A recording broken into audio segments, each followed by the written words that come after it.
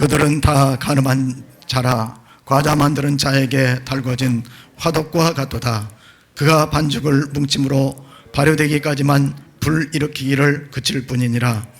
우리 왕의 날에 지도자들은 술의 뜨거움으로 병이 나며 왕은 교만한 자들과 더불어 악수하는도다. 그들이 가까이 올 때 그들의 마음은 간교하여 화덕 같으니 그들의 분노는 밤새도록 차고 아침에 피우는 불꽃 같도다. 그들이 다 화덕같이 뜨거워져서 그 재판장들을 삼키며 그들의 왕들은 다 엎드러지게 하며 그들 중에는 내게 부르짖는 자가 하나도 없도다. 에브라임이 여러 민족 가운데 혼합되니 그는 뒤집지 않은 전병이로다. 이방인들의 그의 힘을 삼켰으나 알지 못하고 백발이 무성할지라도 알지 못하는도다. 이스라엘의 교만은 그 얼굴에 드러났나니 그들이 이 모든 일을 당하여도 그들의 하나님 여호와께로 돌아오지 아니하며 구하지 아니하는도다. 에브라임은 어리석은 비둘기같이 지혜가 없어서 애굽을 향하여 부르짖으며 아스르로 가는도다. 그들이 갈 때에 내가 나의 그물을 그 위에 쳐서 공중의 새처럼 떨어뜨리고 전에 그 회중에 들려준 대로 그들을 징계하리라. 아멘. 어떤 목사님께서 그 교회에 열심히 충성하면서 전도도 열심히 하는 형제의 소문을 듣고 전도를 하러 갔습니다. 이 형제의 전도 대상자는 전직 유명한 소매치기였습니다. 그래서 이 사람이 숨이 넘어간다는 얘기를 듣고는 이 전도자는 마지막 가는 길에 예수님을 영접시키고 하나님 앞으로 이끌어야겠다 하는 마음으로 담임 목사님의 요청을 하게 되었고, 담임 목사님은 가서 이 전직 소매치기를 붙잡고 복음을 전하기 시작했습니다. 형제, 구원받는 건 그렇게 어렵지 않습니다. 성경에 보면은 회개하라 그리하면 천국이 가까워졌느니라 했습니다. 형제가 형제를 위해서 죽으시고 부활하신 예수 그리스도를 마음속에 영접하고 회개하면은 이 순간 천국 가는 하나님의 백성이 될 수가 있습니다. 결단하시겠습니까? 했더니 이 소매치기 얼굴이 조금 좀 환해지는 것 같았습니다. 그러면서 말할 힘이 없기 때문에 아멘 소리는 못하지만 고개를 끄덕끄덕 했습니다. 그래서 이 목사님은 마음에 좀 더 기쁨이 있고 확신이 생겨서 영접 기도까지 시켰더니 이 소매치기는 설핏이 웃는 모습으로 마지막 숨을 거두면서 아멘 하고 숨이 떨어졌습니다.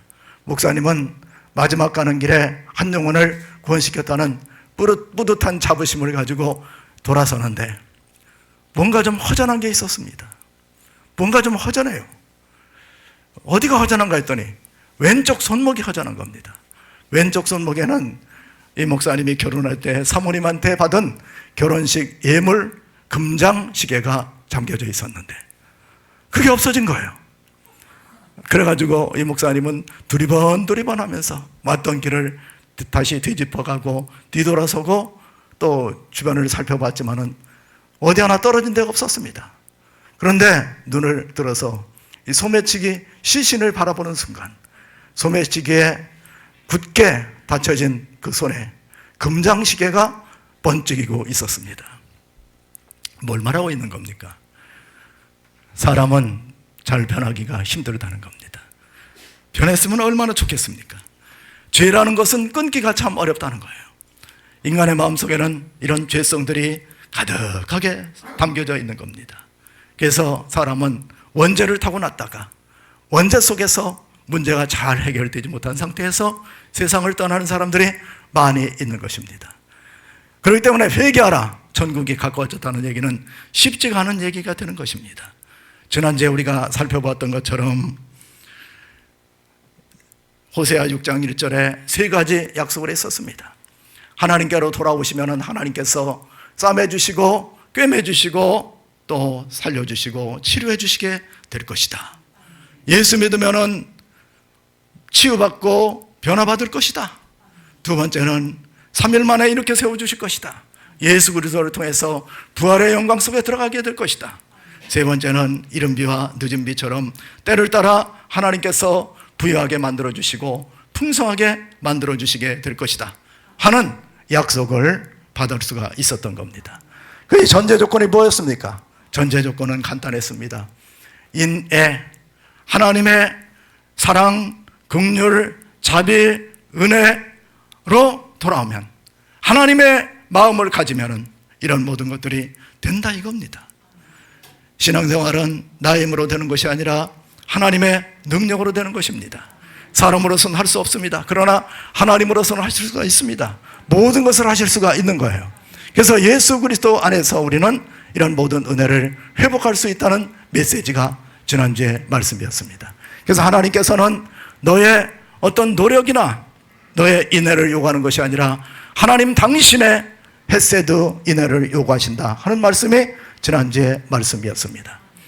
그러면 이렇게 해서 이스라엘 백성들이 하나님 앞으로 돌아와서 이들이 질병 치유받고 문제 해결받고 부여해지고 부활의 영광 속에 들어간다면 얼마나 좋겠습니까? 그런데 그것이 쉽지 않다는 것입니다. 쉽지 않다는 거예요. 그래서 이들의 마음속에는 하나님의 나라에 대한 영광의 이 마음이 없었던 겁니다. 여러분, 신앙생활 한다는 것은 성경의 주제는 따라합시다. 하나님의 나라, 신정국가입니다. 그래서 하나님의 통치, 하나님의, 여러분이 예배를 드리던, 예배의 삶을 살던, 가정생활을 하던, 직장생활을 하던, 무엇을 하든지 간에 하나님의 임재 속에서 나는 살아간다 하는 마음을 갖는 것을 바로 하나님의 나라, 신정국가의 나라라는 것입니다. 그래서 이런 마음이, 하나님이 나를 통치하신다는 이것이 신앙에서부터 출발해서 정치, 경제, 문화, 윤리 모든 영역 속에 퍼져나가는 것을 가리켜서 하나님의 나라를 이루었다, 그렇게 얘기를 하는 것입니다. 여러분, 하나님의 임재 속에 있습니까? 그러면 우리는 하나님의 나라는 어떤 것이에요? 하나님의 나라는 의와 실학과 화평이라고 그랬습니다. 로마서 14장 17절에 있는 것처럼. 그래서 하나님의 나라가 내 마음속에 이루어지면은 내 마음에 죄가 없어지게 되고 기쁨이 넘치게 되고 평강이 넘치게 되는 그나의 은혜 속에서 매일매일을 살아가며 찬송 부르는 삶을 살 수가 있는 것입니다. 그런데 이때 당시에 호세아 당시에, 호세아는 주전 750년에 시작을 했죠. 예언자 활동을 시작했습니다. 여로보암 2세 때. 그리고 722년까지 했으니까 약 한 30년 동안을 하나님의 나라를 선포하고 살다가 하나님의 부름을 받았던 그런 사람입니다. 사랑의 사도였지요.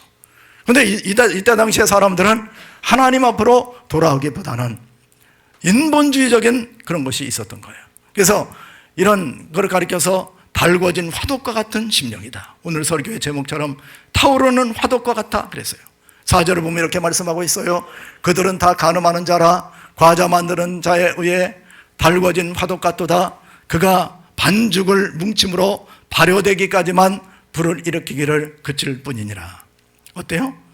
또 다른 이런 반죽을 만드는 기간 동안에 잠깐 이 정욕의 불길, 육신의 불길, 육신의 정욕, 안목의 정욕, 이 세상의 자랑, 인본주의의 불길들, 이거를 잠깐 쉬었지만은 또 불을 펴서 계속 타오르는 이런 것과 같은 것이 인간의 마음이라는 것입니다. 여러분, 사람이 한번 고쳐먹은 마음은요, 오래가지 못합니다. 왜냐하면 이 마음속에 불타오르는 이런 화덕과 같은 그런 정욕이 마음속에 끓어오르기 때문에 그런 겁니다. 오늘 내가 한번 믿음대로 살아보겠다, 경건하게 살아보겠다 하지만은 안 되는 거예요.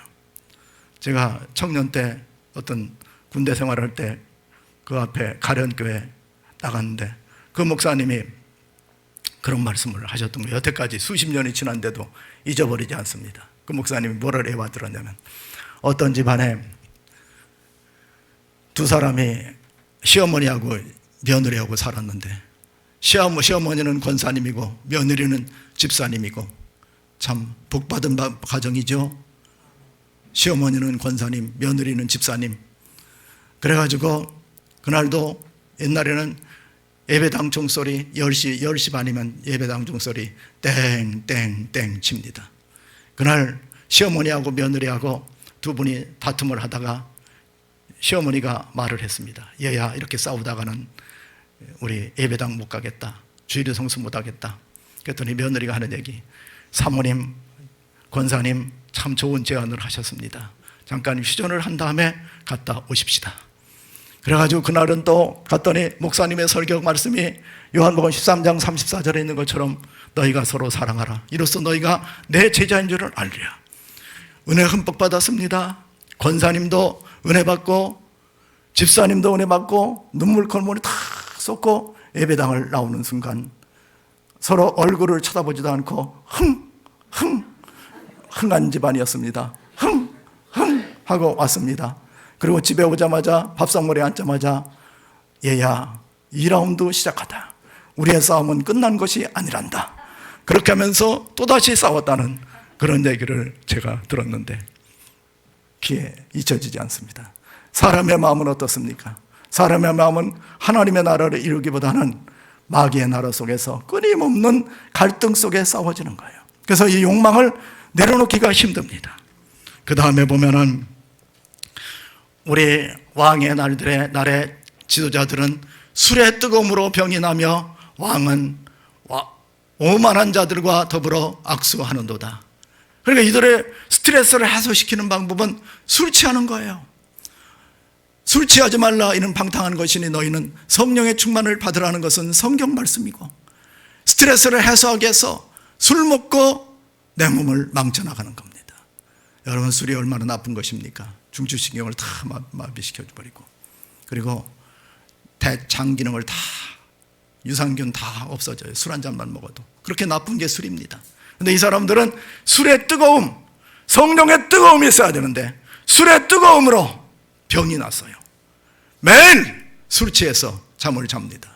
그리고 그들은 다 화덕같이 뜨거워져요.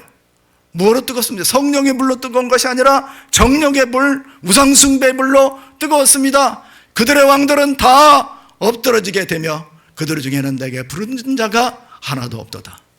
왕들이 다 어떻게 죽었냐? 칼에 맞아 죽었습니다. 북왕국 이스라엘의 왕의 계보를 볼 것 같으면 왕조가 9왕조가 있었습니다. 근데 9왕조가 그냥 평화롭게 정권 교체한 적이 별로 없었어요.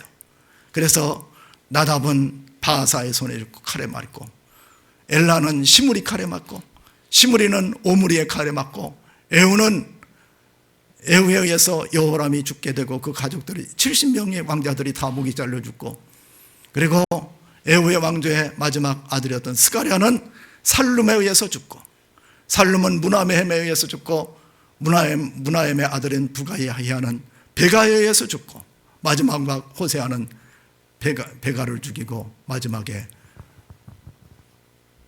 아수르에 끌려가서 죽고 다 죽게 된다는 거예요. 세상의 원리 어떻습니까? 인간적으로 살다 칼부림으로 세상의 모든 것이 끝나는 거예요. 하나님을 떠난 사람들 칼부림으로 모든 것이 끝나는 비참한 운명에 처하게 된다고 성경은 말씀하고 있는 것입니다. 북왕국 이스라엘의 왕조의 이것은 무엇 때문에 그러느냐? 문제의 원인은 다른 사람에 있는 게 아닙니다. 탐심은 곧 우상숭배예요. 탐심에 의해서 그 마음이 가득하게 자리 잡아 있습니다. 여러분, 욕심을 내려놓는다는 것이요, 얼마나 어려운지 모릅니다. 아니, 왕을, 메시아를 하나님이 세웠는데, 기름부어 세웠는데 하나님이 폐위시켜야 되는 것이지만 사람이 칼로 찔러 죽이고 왕위를 찬탈하는 그것이 바로 오늘의 모습이고 옛날의 모습이었다. 신앙생활은 어떤 겁니까? 신앙생활 한다는 것은 나의 정과 욕심을 십자가의 못을 받고 내려놓는 겁니다. 내려놓는 것이 얼마나 힘든지 몰라요. 여러분, 내려놓는 게 쉽습니까? 쉽지가 않아요. 아프리카에서는 원숭이를 잡는데 그렇게 총으로 쏴 죽이거나 그렇지 않습니다. 원숭이가 다니는 길목에 호리병 하나를 놓습니다. 호리병이 이렇게 돼 있잖아요. 원숭이가 바나나를 좋아하잖아요. 바나나를 밑에 집어넣습니다. 호리병은 밑에는 넓고 위에는 좁아요. 근데 원숭이가 손이 작기 때문에 거기다 손을 집어넣잖아요. 집어넣고 저기 사냥꾼이 오면 원숭이가 바나나를 잡았다가 탁 놓고 끼득끼득 하고 도망가면 되는데 원숭이들의 욕심은 그렇지 않습니다. 바나나를 딱 잡았으면 사냥꾼이 저쪽에서 저벅저벅 달려와서 몽둥이로 들고 와도 이걸 바나나를 쥐고 잃어버리지 않으려고 꽉 쥐고 있다가 사냥꾼이 와서 몽둥이로 뒤통수를 까서 가도 놓지 않는 게 욕심이에요. 욕망이라는 건 끝이 없는 거예요. 이 타오르는 욕망, 이거를 제어한다는 것은 쉽지가 않습니다. 그래서 우리는 이 아침에 나의 욕망은 내 힘으로 제어하기 힘들다 하는 교훈을 얻어야 될 것으로 믿습니다. 그리고 이들에게 있어서 하나님을 떠난 사람들의 특징은 종교 혼합주의에 빠졌어요. 8절 시작. 에브라임이 여러 민족 가운데 혼합되니 그는 뒤집지 않은 전병이로다. 우가라는 말인데 전병이라는 얘기는, 전병은 이 조각난 떡들을 얘기하는 거예요. 떡들을 밀떡이나 보리떡으로 구울 때는 이렇게 이걸 잘 뒤집어야 됩니다. 우리나라 이 부침개, 빈대떡도 그렇잖아요. 해물파전도 그렇고 한쪽만 그냥 놔두면 다 타버리는 거예요. 그래서 이걸 타이밍을 잘 맞춰서 잘 뒤집어주는 것이 요리 잘하는 방법입니다. 그런데 이들은 어땠어요? 이들은 종교 혼합주의에 빠져서 뒤집지를 않는 거예요. 탈 때까지 그냥 놔두는 겁니다. 뭐예요? 하나님을 떠난 사람들은 어떤 세상적인 다른 종교, 다른 우상, 다른 가치, 다른 문화, 이것에 완전히 젖어버린 거예요. 뒤집혀지질 않는 겁니다. 그래서 한쪽이 바싹 타버리고 결국은 타서 못 먹는 떡이 돼버리고 오는 것이 바로 사람들의 마음이다 하는 것을 얘기하고 있는 것입니다. 그래서 하나님께서는 어리석은 비둘기같이 지혜가 없는 자들이다. 그래서 이 사람들이 어떻게 했어요? 결국 혼합주의에 빠져서 애굽에 가면은 살 것이다 생각해서 애굽하고 애굽으로 찾아갑니다. 아수르로 가면 살 것이다 생각해서 아수르로 가기도 합니다. 그래서 이 사람들은 애굽으로 갈 것이냐 아수르로 갈 것이냐 하다가 결국은 애굽 가서 망하고 아수르 가서 망하고, 하나님을 떠나는 것이 이런 결과를 초래하게 되는 거예요. 마치 뒤집지 않은 전벽처럼 새까맣게 타서 그을르고 없어지는 것이 바로 인생살이다. 우리 믿음은 어떤 것입니까? 하나님께로 돌아가자. 하나님을 힘써 알자. 하나님의 선하시고 기뻐하시고 온전한 뜻이 무엇인가를 분별하자. 이것이 바로 하나님을 아는 방법입니다. 하나님께서는 그 길로 가는데 그의 그물을 쳐서 새처럼 떨어뜨리고 징계하겠다. 하나님이 도와주지 않는 게 왜 그렇습니까? 내가 하나님 중심으로 살지를 않기 때문에 하나님께서 그렇게 만들어 놓으시는 거예요. 저와 여러분이 항상 결단할 때 하나님의 뜻대로 살겠습니다. 믿음대로 살겠습니다. 주님 저를 도와주시옵소서. 저에게 새 힘을 주시옵소서. 능력을 도와주시옵소서. 그렇게 기도하면 하나님께서 도와주시게 되는 것입니다. 힘으로도 안 되고 능으로도 안 됩니다. 어떤 또 다른 것으로 안 되는 거예요. 하나님이 새 힘을 주셔야 되는 것입니다. 자, 그러면 우리 신앙생활이 잘못하면 하나님 떠난 사람의 두 가지 특성이 있다고 그랬습니다. 타오르는 화덕과 같다. 뒤집지 않은 전병과 같다. 그러면은 내 힘으로 되는 것은 아무것도 없는 거예요. 다 타오르는 화덕처럼 정욕 속에 살다가 지옥의 불구덩이, 영원히 타오르는 불구덩이 속으로 들어가는 것이 바로 인생이다. 그리고 인생살이 살면서 인본주의, 혼합주의를 살면은 새까맣게 타올라서 먹지도 못하는 그런 인생으로 전락하게 된다는 걸 깨닫는 사람들은 성경은 말하고 있습니다. 예수께로 돌아가라. 예수를 중심 삼아라. 그렇게 말씀하고 있어요. 자, 삶의 주도권은 누구에게 맡길 것인가? 우리의 질문입니다. 에베소 4장 15절에 보면 오직 사랑 안에서 참된 것을 하며 범사에 그에게 잘할지라. 그는 뭡니까? 머리니 곧 그리스도라. 골로새 1장 18절 시작. 그는 몸인 교회의 머리시라. 그가 근본이시요 죽은 자들 가운데서 먼저 나신 이시니 이는 진이 만물의 으뜸이 되게 하려 하심이라. 여러분, 사람 보며 뇌가 굉장히 중요합니다. 뇌가요, 머리라는 것은 머릿속에 뇌가 들어있는 것 아닙니까? 뇌의 구조를 잘 알아야 돼요. 이게 뇌의 구조와 해부적인 구조와 생리적인 구조를 알면은, 신앙생활은 내 마음대로 하는 것이 아니라 예수 그리스도의 머리에게 모든 것을 맡겨야 되겠다. 그런 결단을 하게 됩니다. 자, 뇌를 보면은 사람의 뇌는 세 부분으로 나뉘어집니다. 그래서 뇌간이 있고 소뇌가 있고 대뇌가 있습니다. 앞에 그림에 있는 것처럼 그렇게 돼 있는 거예요. 자, 이렇게 항상 여러분 뇌를 뒤집어 쓰고 다니는데 뇌가 4.5kg 정도 된다고 보면 이거를 뒤집어 쓰고 다니는데 내 몸의 구조도 전혀 모르는 상태에서 살면 어떻게 되겠습니까? 좀 여태까지 그렇게 살면 안 되잖아요. 앞으로는 또 분명히 알고 살아야 될 것 아닙니까? 그럼 뇌에 간이 있어요. 이렇게 척추세부터. 척추가 33개의 척추가 있는데 33개의 척추 위를 받치고 있는 것이 바로 척수 쪽입니다. 그 위에가 뇌간이 있어요. 뇌간은 간단하게 어떤 원리를 가지고 있냐면 뇌간은 이게 없으면 사람 죽습니다. 뇌간에서는 제일 중요한 일이 호흡을 주관하는 거예요. 네, 호흡을. 그 다음에 심장을 주관하는 겁니다. 뇌간의 기능이 잘못되면은 갑자기 숨이 끊어지면서 연수 같은 데서 숨이 끊어지잖아요. 그러면 그냥 죽습니다. 급작사하는 것은 바로 이 뇌간 쪽에 문제가 생기는 거예요. 그래서 뇌간에 혈액이 고인다든지 하면은 이런 급작사하는 경우가 상당히 많습니다. 그래서 갑자기 가다가 뭐 뇌졸중으로 쓰러졌는데 숨이 막혀 돌아가셨다. 골든타임 잃어버리고 죽는 경우가 상당히 많이 있습니다. 그래서 이 뇌간, 교내, 연수, 중뇌, 특히 중뇌 같은 경우는 요즘 사람들이 자살을 많이들 하고 그렇지 않습니까? 중뇌는 엔돌핀, 도파민 같은 것이 중뇌 흑질에서 이렇게 생성이 되는 거예요. 그러니까 우울한 사람들은 대개 보면은 이런 뇌간에 문제가 생기는 경우가 상당히 많이 있는 겁니다. 그래서 여러분들이 뇌간을 이렇게 여러분들이 기도할 때 이렇게 잡아가지고 여기 한번 뒤털미 한번 잡아보세요. 이렇게 오목 들어간 데 있죠? 집사님도 한번 해보셔. 오목 들어간 데. 거기를 콱 누르면서 그러면 이제 엄뻑엄뻑 들어간 데가 세 군데가 있어요. 세 군데. 별거 다 오늘 가르쳐 주네. 세 군데 있어. 그럼 양쪽, 오른쪽, 왼쪽, 양쪽에는 이걸 풍지라고 그래. 풍지. 가운데가 풍부라고 그럽니다. 이쪽으로 이래 혈관이 들어가게 돼 있어요. 신경계통이 들어가게 돼 있습니다. 그 척수통. 예. 경추잖아요. 경추 1번 쪽에서 1번 쪽을 타고 이렇게 들어가게 돼 있는 거예요. 그래서 여기를 잘 주무르면서 특히 이 시간에 졸린 분들이 있죠.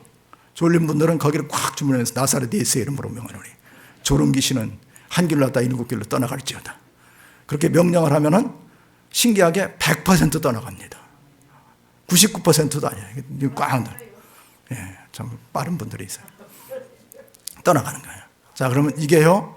이게 뇌간이죠. 중요합니다. 이게 뇌간이 잘못되면은 사실 대뇌하고 소뇌가 잘못되면은 뇌간만 살아있잖아요. 식물인간으로 살아있을 수 있어요. 그래서 10년도 살고 20년도 사는 경우는 이 뇌간이 살아있기 때문에 그런 겁니다. 그러면 뇌간의 오른쪽에 보면은 뭐가 있어요? 소뇌가 있죠. 이 소뇌는 간단해요. 운동신경을 좌우합니다. 뇌간에서 호흡하고 심장이 뛰면서 움직이죠? 그래서 동물이 되는 거죠. 그러고 난 다음에 대뇌 부분이 있습니다. 여기 보면 변연계라는 게 있어요.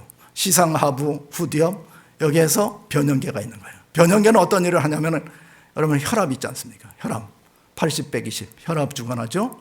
그 다음에 당 주관하지 100 정도로 유지할 수 있게 맥박 60에서 100 정도 맥박을 또 주관합니다.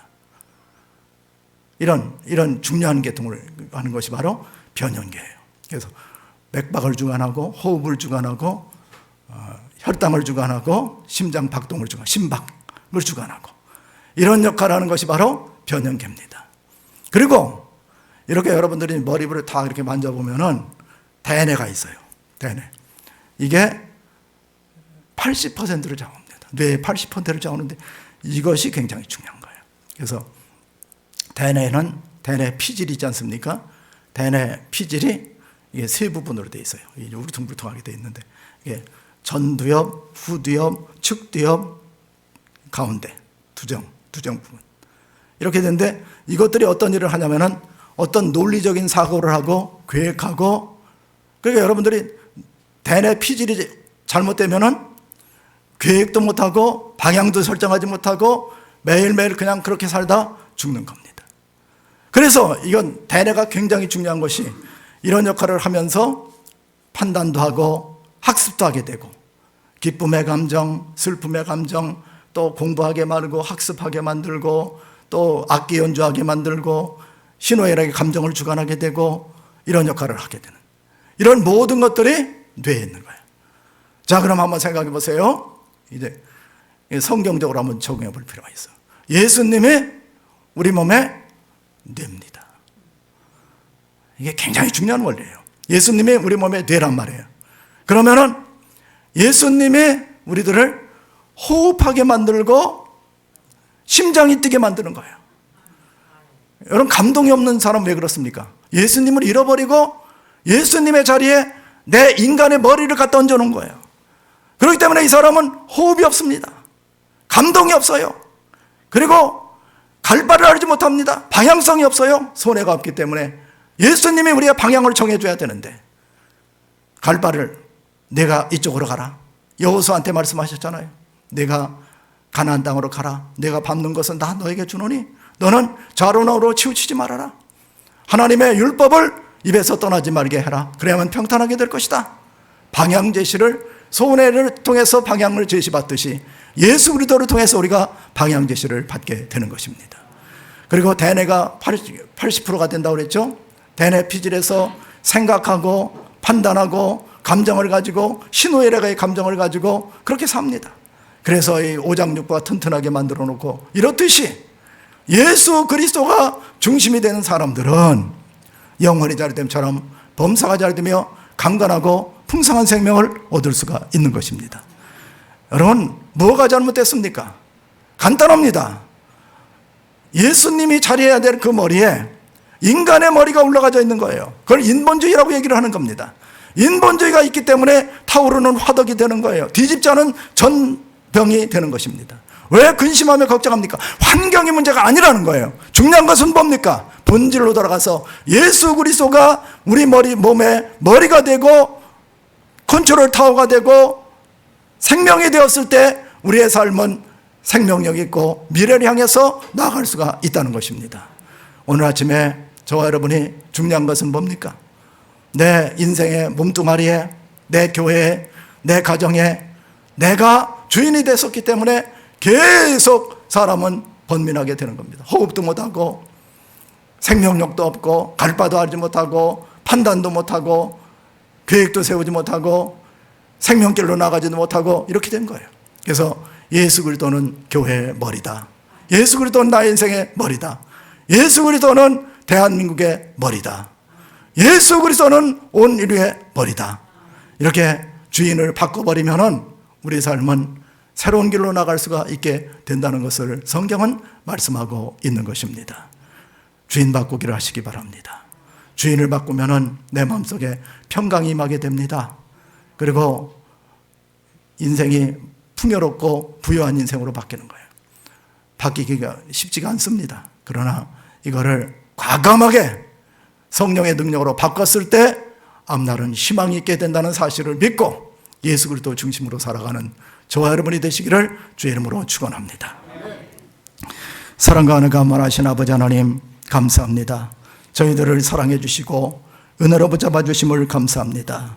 호세아 당시에 북왕국 이스라엘의 왕조는 술 취하고 또 왕들이 바뀌고 온갖 쿠데타로 인해서 정욕이 불타오르는 화로와 같다고 그랬습니다. 그리고 또 이들은 이방인을 의지하고 아수르로 가고 애굽으로 내려가면서 하나님을 떠남으로 해서 뒤집지 않은 전병과 같은 인생이라고 하나님은 책망하고 있는 것을 보게 됩니다. 이 아침에 하나님 앞에 나온 하나님의 백성들 가운데 아직도 마음에 여러 가지 정욕과 세상적인 것이 불타오르고 있고 그리고 또 인생이 여러 가지 면에서 실패하고 또 여러 가지 세상적인 것에서 환난을 당하고 있다면은 이 시간에 예수 그리스도 앞에 돌아와서 예수 그리스도를 주도로 삼으며 예수 그리스도를 머리 삼으며 주님의 명령에 순종하며 사는 가운데서 새롭고 산 길로 나가는 하나님의 백성들이 다 될 수 있도록 도와 주시옵소서. 이 시간에 은혜를 더하여 주시옵소서. 주 예수 그리스도 이름으로 간절히 기도하옵나이다. 아멘.